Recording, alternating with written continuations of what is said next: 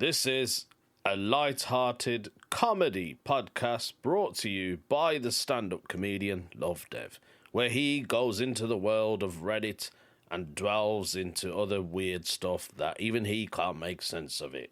Today's episode is 185 of a crazy little thing called Lovdev, Facetiming the Dead.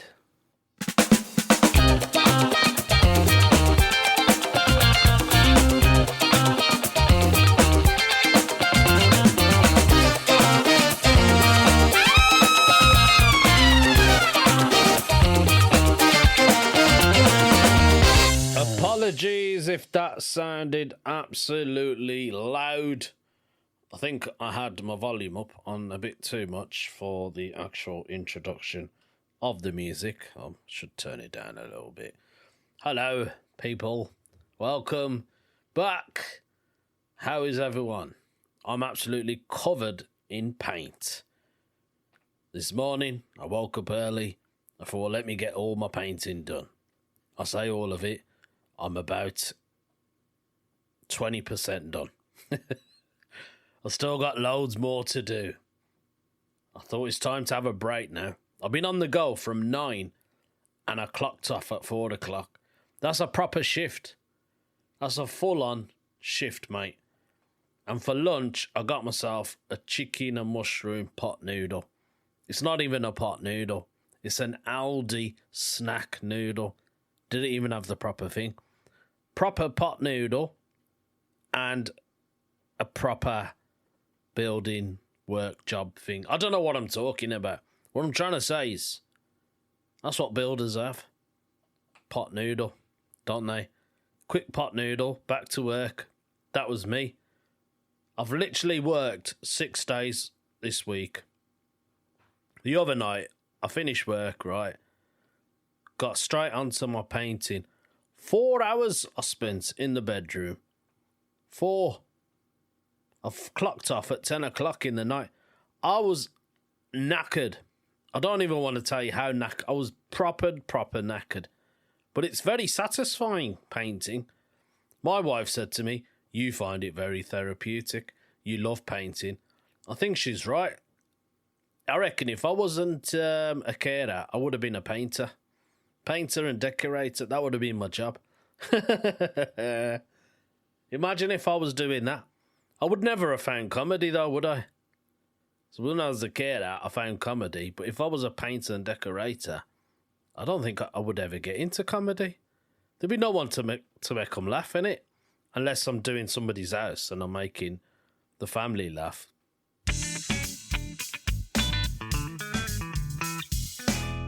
I've got to be quick on this podcast, folks, because I've got myself a gig tonight at my local Birmingham town centre. I say town centre. It's in an area called Moseley. There's a festival, but that's been running for centuries. The Moseley Folk Festival. It's a big event. It's actually like hidden away. I used to drive up and down Moseley when that festival was on. And you can see people coming in and out because it's kind of like on a street. You walk up this gully, this alleyway, and then there's a park, I think, at the back of it. And that's where they have the festival. So it's very hidden. Do you know what I mean? And I've had the lucky privilege of emceeing that gig tonight with a comedian named Marcel Leconte and Kiri Pritchard McLean, who's from Wales. I'm not sure where Marcel is from, although he plays a French character. He's probably from France. So I'm emceeing that tonight, and I'm only doing like 10 minutes, which I don't mind because it's down the road. I'll be home by 9 o'clock. Maybe I can even watch a movie. Who knows? I've got another gig tomorrow as well. I'm doing a private function for a leaving do. So we'll see how that goes. And that's down in Hereford. And then I'm back at work. But I probably will tell you guys all about that private function and maybe the festival as well. Unfortunately, about the festival, it's absolutely raining. It's raining cats and dogs. I don't know how many people are going to be watching the comedy unless the tent covers the peeps in there. Hopefully, fingers crossed. I mean, the show must go on. I'll be all right because I'm going to be on stage and I'll be protected. But I'm pretty sure these festival people are used to it anyway. So I reckon they'll all be covered up in a tent or something, umbrellas. It'll be covered in umbrellas. That's what it's going to be like. It's going to be very muddy as well. I can imagine that. I will feel you guys on that. But I thought, let's do a topic. Do you know what I ain't done? What I haven't done? I know I say it all the time, but I haven't done it in ages. A no stupid question. Here we go. No stupid, no stupid, no stupid. This is a jingle that I've made up on the spot. Yes, it's a jingle that I made up on the spot. No stupid questions. You remember that? Do you remember people used to ask dumb questions? Well, they weren't even dumb. Some of them were good questions. Totally forgot about that. I used to do that. So we've gone back to the future.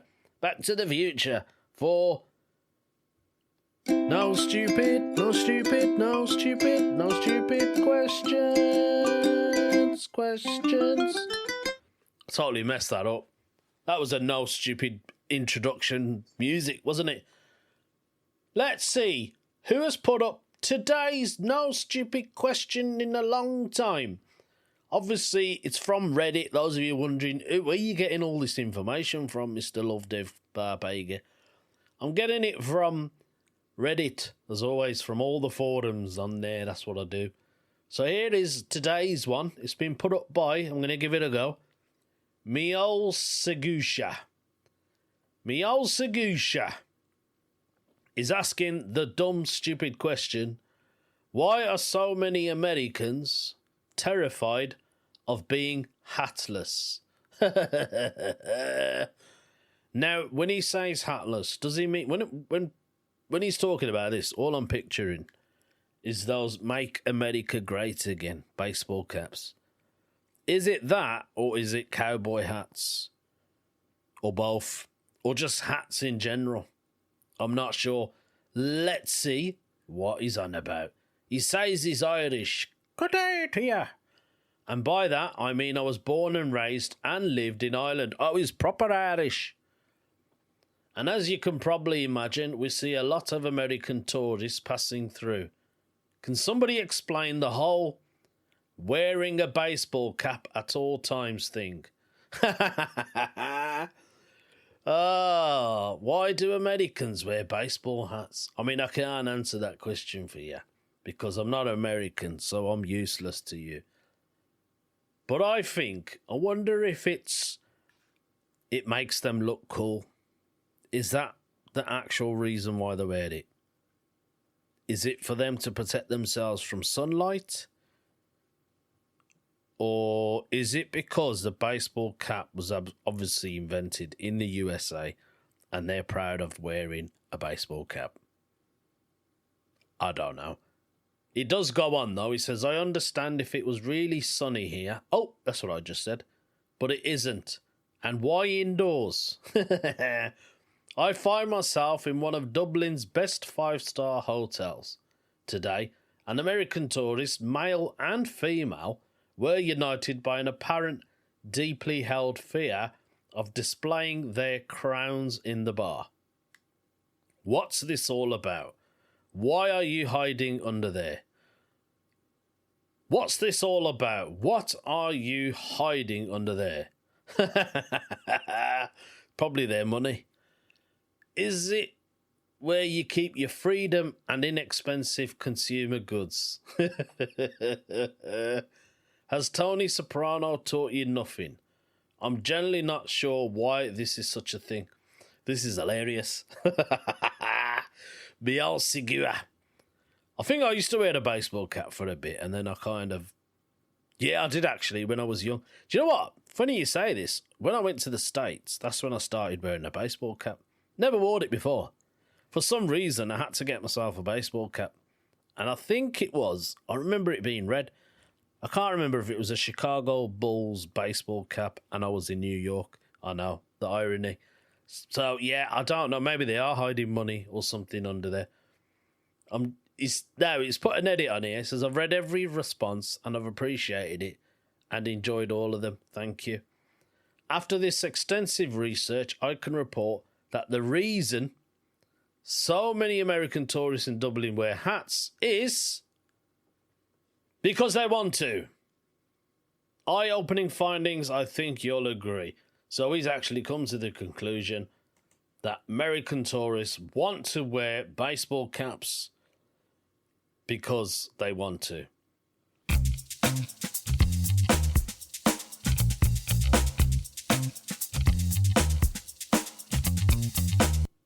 I might have to start wearing a hat myself because my hair is starting to thin out. Day by day, I just can see myself going bald. Do I take the jump and take myself to Turkey to get an hair transplant? I don't have the money for it, and I don't think I can put up with the pain and the maintenance of keeping hair on my head. I really don't know what to do. Some of you probably know me. I've got a melon streak, a little silver streak in my hair. That's the only thing I wish I could keep. I wouldn't even mind if I still had hair on my head and it was going grey. It's not even going grey. That's the worst thing. I'm just thinning out. So maybe I should start wearing a hat or a turban or some kind of formal headgear. Maybe I could just wear a motorbike helmet, I suppose. Hey, let's do another topic, shall we? This is Paranormal, where first-hand paranormal experiences are discussed. Paranormal theories or paranormal things that are being discussed. What is it that's being discussed on today's Paranormal? Obviously taken from Reddit. This one has been put up by Independent Yam. Is Independent Yam from the Black Country, or is the Independent Yam Jamaican? I don't know. We're going to have to find out. What's it all about? Obviously, to do with the paranormal. It's paranormal experiences. But this one is a bit bizarre, because when I saw the title of it, I thought, is this even a thing? Does this generally happen in the paranormal world? Let's have a look. Independent Yam is currently saying his dead grandma is calling him on FaceTime. You've heard that right. Grandma has left, but she's took her SIM card with her. She's still got connection. She's got Wi-Fi. Maybe there's Wi-Fi in heaven now, and they can just call us whenever they want. Can you imagine that? All your loved ones, people that you know that have sadly gone and left the earth, can still contact us via a WhatsApp call or a Microsoft video call or Apple, wherever it is you're using. Could you imagine that? You just a quick catch up. How are you, Nan? Nan, how are you? Haven't heard from you in 30 years. What you been up to? Oh, you just been chilling with Grandad. Oh, that's good. Yep, I can't really see your face, but yeah, that's madness. I want to know what's happened. Maybe it's true. Should we find out? Independent Yam is currently saying 2 nights ago, around 2:30 in the morning, my phone lit up with a FaceTime call. Half asleep, I didn't even look at the number before I swiped. The second screen opened, I froze. The caller ID said Grandma. She's been dead for 7 years. At first it was just black static, but then the image flickered, and for maybe half a second, I swear I saw her face, pale and blurry, leaning way too close to the camera. Classic Grandma. Even when they're gone, they still don't know how to use a mobile phone. I panicked and threw the phone across the room. When I finally picked it up again, the call log was empty.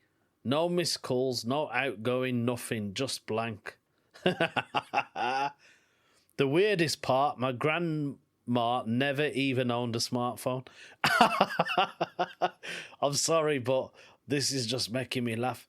I wondered if it generally happened, or was you in like a conscious deep sleep and you were just dreaming that your grandma called you on FaceTime. The funniest thing is your grandma never even had a phone. So maybe when you're dead now, you get a phone as well. You probably have to sign up for a contract while you're up there as well. It'll be I can't say lifetime because it's not life, is it? So would it be a dead time contract until you're reborn again? Are the paranormal people in the paranormal spirit world actually contacting us via the internet? I don't know, man. I don't know what to say to you, Independent, yeah. It could be true. I mean, I don't know. Only you know because you've experienced it. There are a couple of posts. I think somebody here called Aquafina says, when my dad passed away in 2003, he had just moved to Florida with my brother and grandma. After he passed, of course, my brother came home to live with us. The very first night he was home in the middle of the night, my brother woke up thirsty, so he went downstairs to get some water. On his way back to his room, he had to pass the dining room. As he approached the dining room, he got this eerie feeling, and it just been storming that night. Well, he was walking through the dining room. A flash of lightning lit up the room, and standing at the head of the table was our father.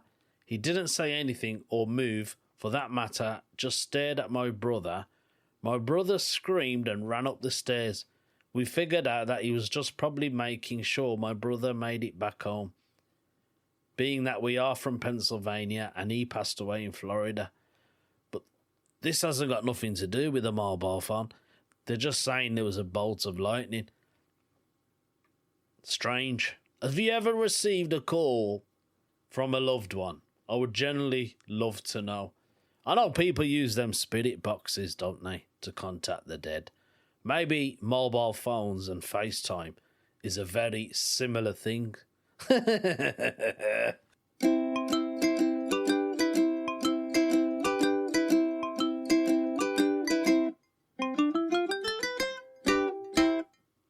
do you know what? The bolt of lightning thing, I think is true. I'm not sure if I've mentioned this to you guys before. I remember once, me and my missus, when we got married, we were staying down my dad's house, obviously, before we moved into our own house. And we were both lying in bed, not doing nothing naughty, just lying in bed. And all of a sudden, out of nowhere, there was this... It was kind of like a lightning bolt, but it was in the room. It was weird. And it was above our heads. And it wasn't hot or anything. Just a quick flash, boom. And we both remember looking at each other going, what the hell was that? We didn't really talk much about it, but I do believe the lightning bolt thing could possibly be true. I mean, we're all energy, aren't we? That's what they say. Well, I don't know. I don't even know why I'm talking like this. I sound like a granddad. Maybe it was my granddad. Well, it's probably my grandmother, I reckon. It was my mum's mum. She come to check on us, see what we're up to. I had to pause the recording for a minute because I received a phone call. It wasn't from any dead relative. It was a friend of mine. Asked me some advice, actually. Somebody they know is really into art, so I had to try and get some art groups. I don't really know any art groups, unfortunately. If you guys know art groups out there, I think art has in everything, so music, dance, drawing, painting. I mean, painting, I should have said, yeah, I'm into art, and then told them to come over and help me paint the house. That's what I should have done, innit? Oh, God, that's hilarious. Right, let's do another topic. It is going to be conspiracy theories.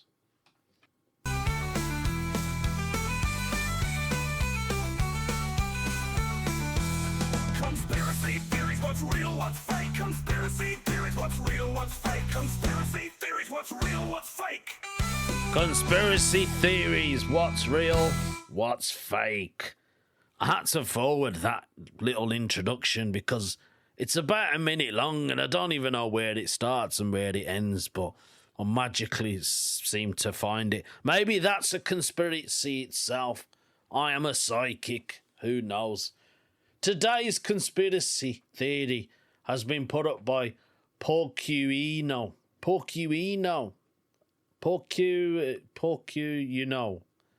whatever it is. Porcuino wants to know, the TV show Big Brother only exists to muddy the original phrase and source material and draw public attention away from the state surveillance. I think what they're basically trying to say is the Big Brother is just keeping us away from what is actually happening, but at the same time, they're keeping their eyes on us. I've always thought all reality programs are there to distract us. I can't watch reality programs. I can't stand a reality program. There's some of you out there who absolutely love it. Love Island, Big Brother. What else is there out there? I'm a Celebrity, get me out of here. All that, I can't watch it, mate. Not for me. I'm sorry. Bores me to death. I'd rather just watch a decent documentary about Big Brother. What is his actual theory? I hope I can figure it out because he seems quite intellectual, this Porcuino. We'll figure it out, I suppose. Big Brother used to be a term that referred to the fictional surveillance state of George Orwell's dystopian novel in 1984. In it, the phrase Big Brother is watching you referred to the fact that the characters all lived under the cruel iron thumb of a hyper-controlling fascist who saw every word you wrote, heard every word you spoke, and used that knowledge to abuse power. Whoa.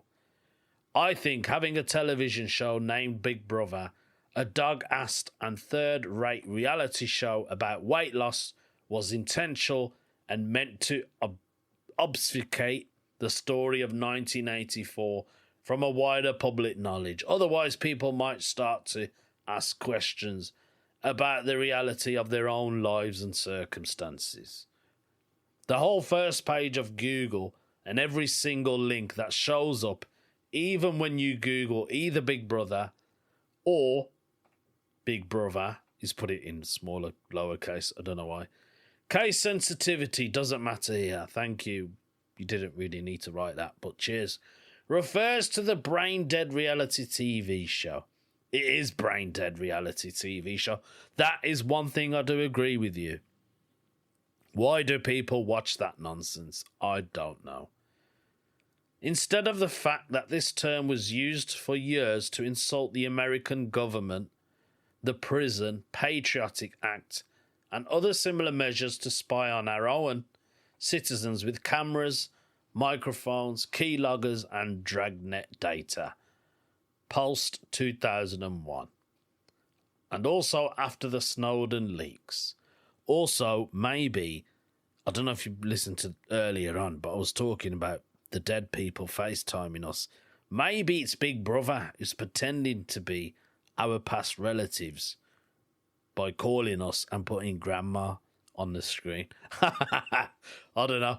I have no evidence to prove that the invention, titling, and high-budget marketing of the Big Brother reality TV show was used by some cabal of wealthy elites to intentionally obfuscate the surrounding controversy of illegal and unethical privacy violations via a state surveillance. And that's why it's a conspiracy theory. But it still makes me furious. It makes me furious as well. Porcuino. I think I don't know. I think maybe Big Brother is kind of like a hint. We're still watching you, but you can watch these lot while we watch you. It's like that program, isn't it? Gogglebox. That doesn't even make any sense. You're watching people that are watching something like a drama or a TV show. So they're talking, they're at home, they're just talking, watching it. But we're watching them, watching that. I don't get that. That's just absolute nonsense as well. Gogglebox is an absolute disgrace. But this conspiracy theory of Big Brother, I reckon it's true, mate. Absolutely. Hey, I'll tell you what else is true. The weird news story. I know you're going to be thinking, weird news? No way, this stuff doesn't happen. It does, mate. Let's find out what today's weird news story is.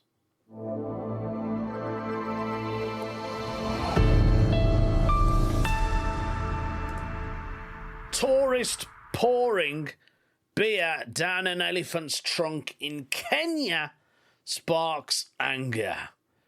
Why are tourists pouring beers down elephant trunks? Let's find out. Several investigations have been launched after a Spanish man in Kenya posted a video of himself pouring beer down an elephant's trunk, sparking anger across social media. He was filmed in a wildlife reservation drinking from a can of Tusker. Ironically, Tusker, and it's an elephant's got tusks, hasn't it? Tusker's a Polish drink, I think. I don't know. I don't drink anymore. It's a popular local beer in Kenya. Before giving the rest of it to the elephant, just a Tusker with a tusked friend, he wrote. Oh, there we go. He captioned one clip posted on Instagram, which was later deleted from his account after a backlash from Kenyans in the comments. The BBC analysed the footage and was able to authenticate it as genuine. Oh, because there's a lot of AI videos out there. The landscape and a well-known bull elephant pointed to it being filmed at the Old Joggi Conservancy, probably said that wrong, in the central county of Laikipia. Old Joggi has been in touch to confirm the incident occurred last year at the privately owned wildlife sanctuary, saying it was unacceptable, dangerous, and completely against our values.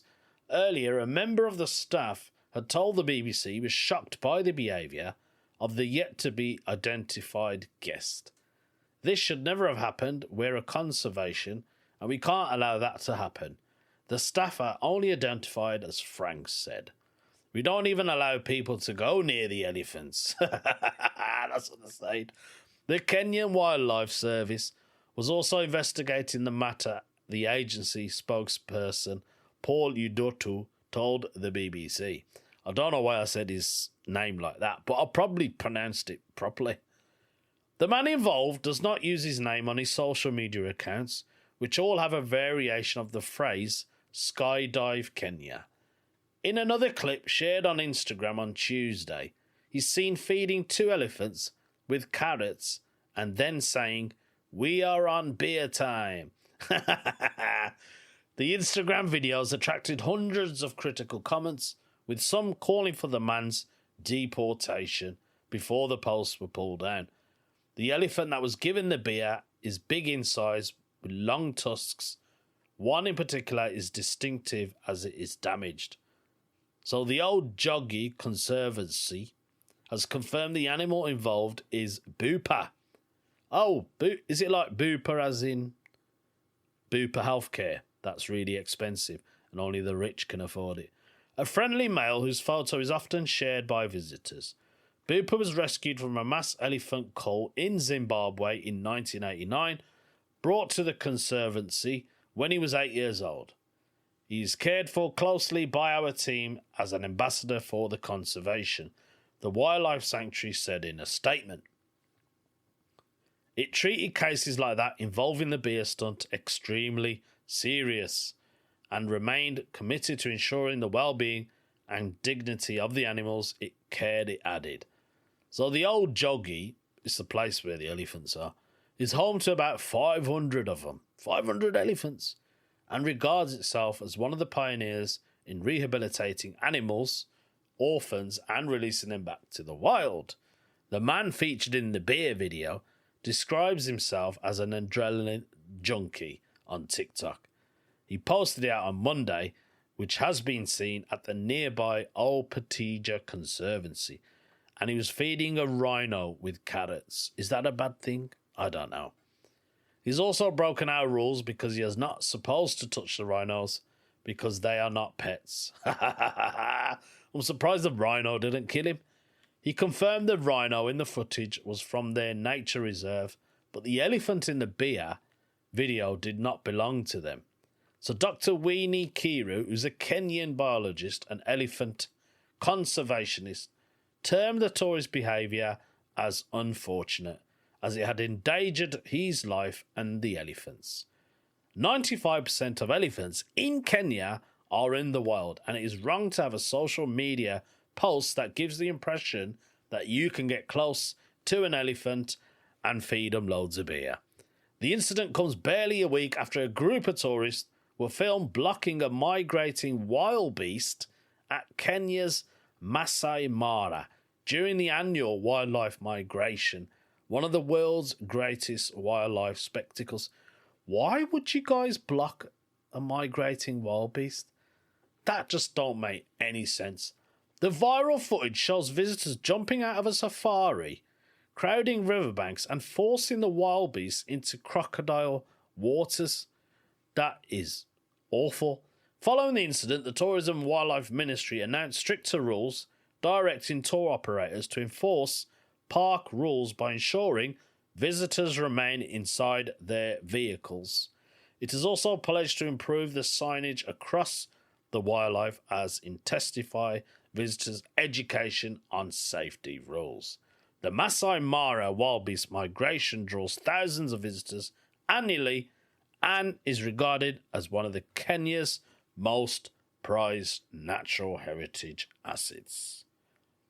That's today's weird news story. A bloke giving beer to an elephant. What has the world come up to? I don't know. Really don't know what to say.